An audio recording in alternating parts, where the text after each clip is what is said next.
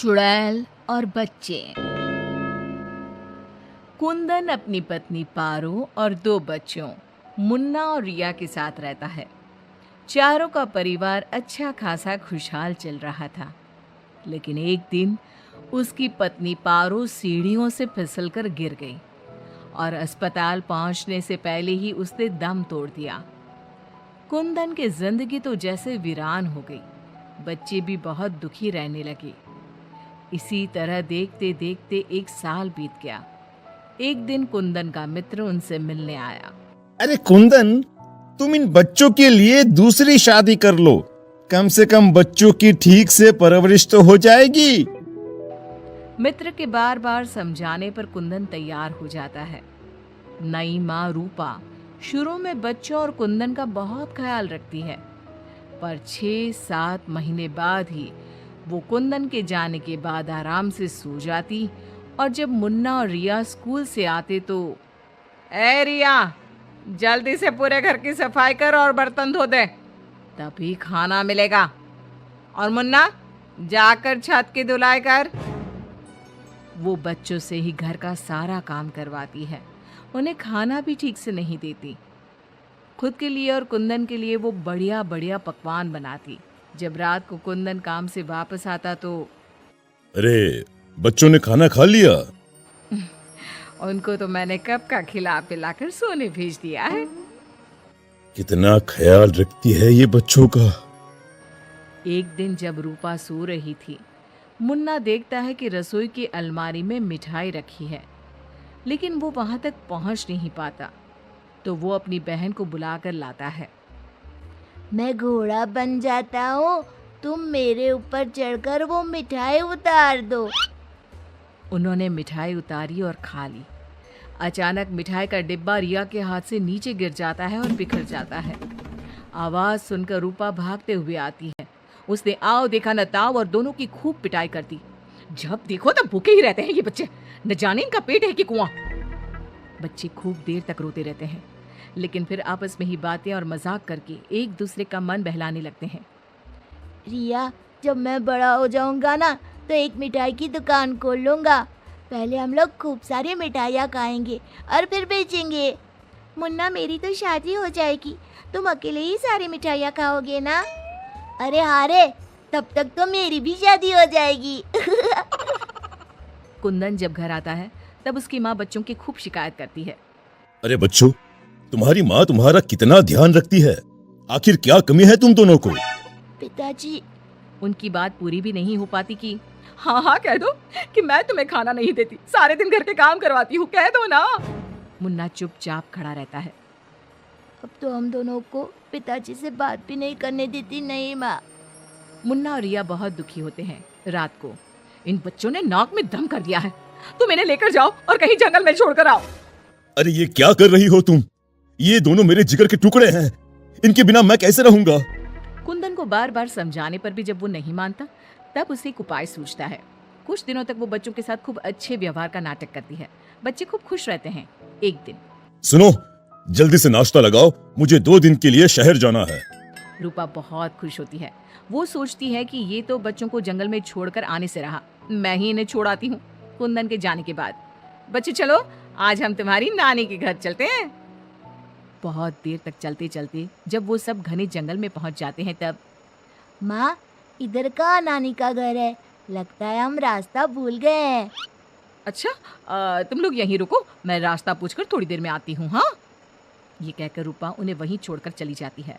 बहुत देर हो जाती है और रूपा वापस नहीं आती तो माँ कब आएगी भैया? इस तरह सुबह से शाम हो जाती है। जहाँ एक तरफ बच्चे जंगल में अपनी माँ का इंतजार कर रहे होते हैं, वहीं दूसरी तरफ रूपा घर में आराम से बैठी थी। इसी तरह 2 दिन बीत जाते हैं और 2 दिन बाद कुंदन जब घर वापस आता है तो बच्चे कहाँ हैं? मैं उन्हें जंगल में छोड़ आई। ये तुमने क्या किया रूपा? बच्चे बेचारे जंगल में अकेले कहाँ भटक रहे होंगे? क्या किया तुमने ये? देखो, अगर तुम्हें अपने बच्चों की इतनी ही चिंता है ना, तो जाओ तुम और उन्हें ढूंढते रहो। कुंदन बच्चों को ढूंढने की बहुत कोशिश करता है, पर बच्चों का कुछ भी पता नहीं चलता। कुंदन बहुत दुखी होता है। अब वो हर रोज काम पर जाने के बहाने जंगल में बच्चों को ढूंढता हुआ भटकता रहता है। रूपा के जाने के बाद बच्चे रोते रोते आगे बढ़ने लगते हैं। माँ बड़ी चालाकी से हमें जंगल में छोड़कर चली गई। अब हमें रहने के लिए कोई ठिकाना ढूंढना ही होगा। अब तो अंधेरा भी गिर रहा है। आगे जाते ही उनको एक झोपड़ी दिखती है। बच्चों को थोड़ी आशा बनती है। दोनों भागते भागते वहां पहुंचते हैं और झांक कर अंदर देखते हैं तो एक बुढ़िया चरखी पर सूत काट रही थी। उसके शरीर पर सफेद वस्त्र थे। अंदर का माहौल बड़ा डरावना लगता है, पर बच्चों को तो कोई आसरा चाहिए था। वो दोनों दरवाजा खटखटाने लगते हैं। तभी वो बुढ़िया पीछे मुड़ती है। बच्चे जैसे ही उसे देखते हैं, उनके शरीर के अंदर भय से एक अजीब सी सिहरन दौड़ जाती है। माथे पर बड़ी सी लाल बिंदी, आंखें सुर्ख लाल और बाल भी अस्त व्यस्त। जैसे ही उसकी नजर मुन्ना और रिया पर पड़ती है, उसके चेहरे की रौनक बढ़ जाती है। वो बड़ी प्रसन्न होकर कहती है, आओ आओ बच्चों, मैं तुम्हारी दादी जैसी ही तो हूँ, आ जाओ। बच्चों को प्यार से वो घर के अंदर बुलाती है। बच्चों के लिए खूब सारी मिठाइयाँ, फल और बिस्किट ले आती है। बच्चे तो पहले से ही भूखे थे। वे खाना देखकर उस पर टूट पड़ते हैं। उनका सारा डर भी दूर हो जाता है। वो खाने के बाद तुरंत ही सो जाते हैं। जब सुबह उठते हैं तो बच्चों, हम घर के पीछे वाले बगीचे में चलते हैं। वहाँ बहुत सुंदर फूलों का बगीचा था। मुन्ना और रिया वहीं खेलने लगते हैं। बुढ़िया अंदर चली जाती है। तब तक मुन्ना की नज़र एक गिलहरी पर पड़ती है जो एक कोने में दुबकी हुई थी। मुन्ना उसे प्यार से अपने हाथ में उठा लेता है। तभी गिलहरी इंसानों की आवाज़ में बोलती है, बच्चों, तुम लोग यहाँ से भाग जाओ। ये बुढ़िया एक खतरनाक चुड़ैल है। तुम्हें खिला पिला कर पहले मोटा करेगी, फिर पिंजरे में डाल देगी। सभी बच्चों को ये जादुई छड़ी से पशु पक्षी बनाकर बगीचे में रख देती है।